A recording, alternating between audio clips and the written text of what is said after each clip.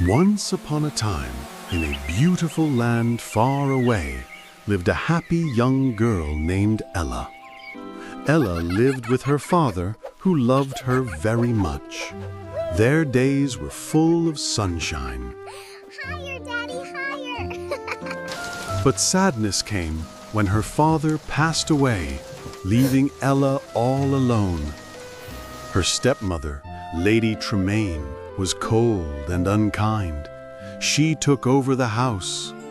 She brought her two daughters, Anastasia and Drusilla, who were loud and messy. They treated poor Ella like a servant. They even changed her name. The ball is tonight, Ella. Enjoy your scrubbing. Look at her.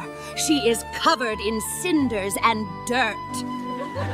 Let's call her Cinderella. Yes, Cinderella the maid. From that day on, Cinderella worked from sunrise to sunset. She cooked the meals, washed the dishes, and cleaned the clothes. Yet, despite their cruelty, Cinderella remained kind and gentle. Don't worry, little friends. Someday, things will be better. Cinderella lived in a dusty attic high up in the tower. She dreamed of a life where she could be free and happy. One morning, a royal messenger arrived with exciting news. Hear ye! Hear ye! The king is hosting a royal ball. Every maiden in the kingdom is invited to meet the prince.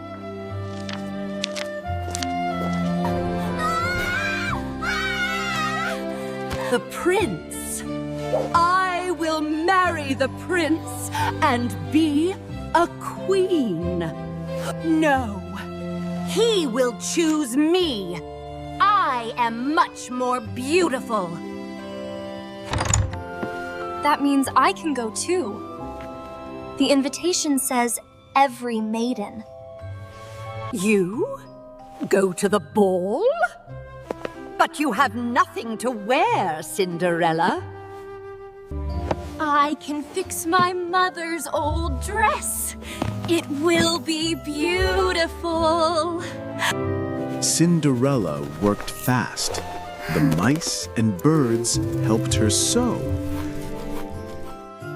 But her stepmother had a cruel plan to stop her. Girls, give Cinderella more chores. She must not finish that dress. Cinderella! Clean the windows! Wash the curtains! Cinderella! Scrub the terrace. Polish the silver. Poor Cinderella worked all day. She had no time for her dress. But her little friends had a surprise waiting in the attic. Oh! It's wonderful! Thank you, my friends! Cinderella put on her dress and ran downstairs to join the others. Please wait, I am ready, and I can go to the ball. Wait a minute. That is my ribbon, thief!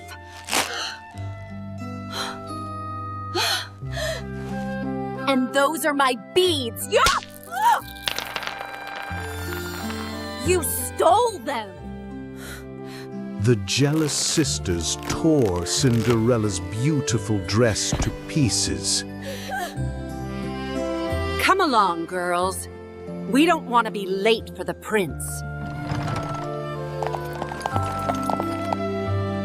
They left Cinderella alone in the dark house, crying. Heartbroken, Cinderella ran into the garden and wept. It's no use. No use at all. I have nothing left. But then, the air began to sparkle with magic. A kind, glowing woman appeared.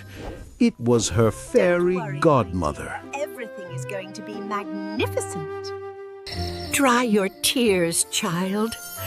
You can't go to the ball looking like that. But I have no carriage, and my dress is ruined. Nonsense. With a little magic, anything is possible, bibbidi-bobbidi-boo. The pumpkin began to grow and change shape.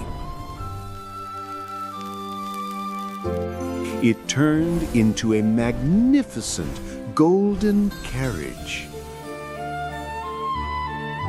Next, the mice were turned into 4 white horses, and the old horse became a fancy coachman.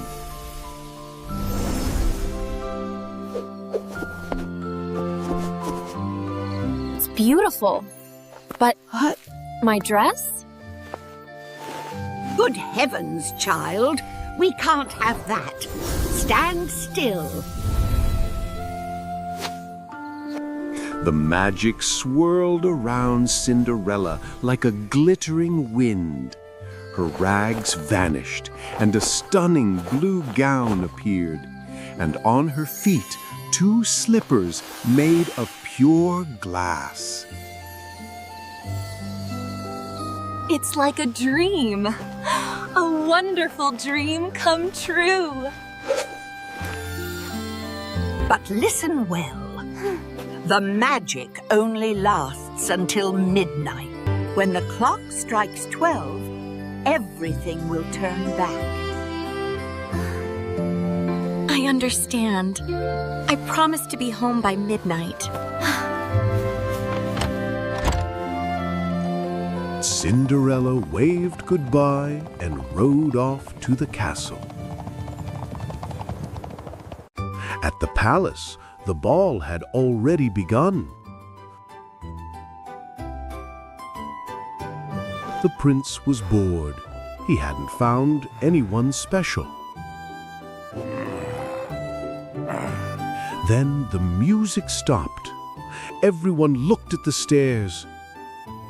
Cinderella stood there, shining like a star. Who is she? She is magnificent. The prince walked straight to her and bowed. They danced across the floor. It was magical. They swirled and twirled, eyes only for each other.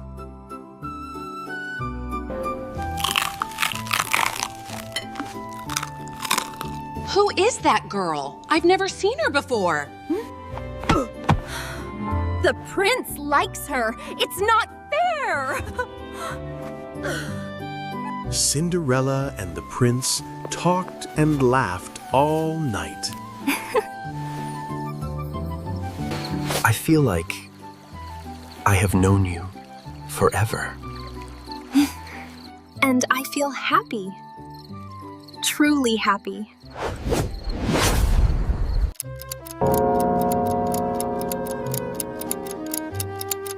Oh no, it's midnight. I must go.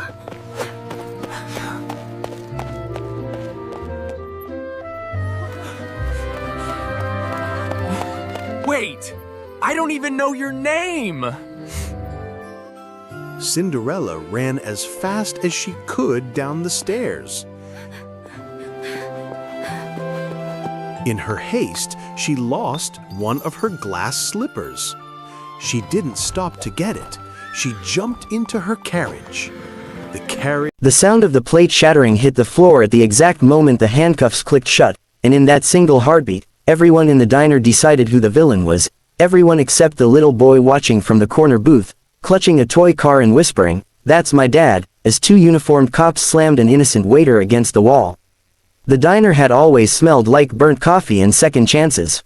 Daniel Reyes worked the morning and evening shifts, wiping tables with tired hands and a quiet smile that never quite faded, even when customers snapped their fingers at him like he was invisible. He was a single dad, and every tip mattered, not for luxuries, but for school shoes that fit and asthma medicine that ran out too fast. His 6-year-old son, Leo, sat in the corner after school most days, coloring superheroes while waiting for his dad to finish. To Leo, Daniel wasn't a waiter. He was everything. That evening, the diner was busy and loud, the kind of chaos Daniel had learned to navigate with grace. A woman sat alone in a booth near the window, dressed sharply, eyes constantly scanning her phone. She smiled when Daniel approached, but it didn't reach her eyes. She complained about the water being too cold, then too warm, then accused him of flirting when he apologized twice. Daniel kept his voice calm. He always did. When she suddenly stood up and shouted that he had touched her inappropriately, the room froze. Forks hovered midair. Conversations died. Daniel's heart dropped into his stomach. He shook his head, hands raised instinctively, words tumbling over each other as he tried to explain. But explanations are fragile things when anger arrives first.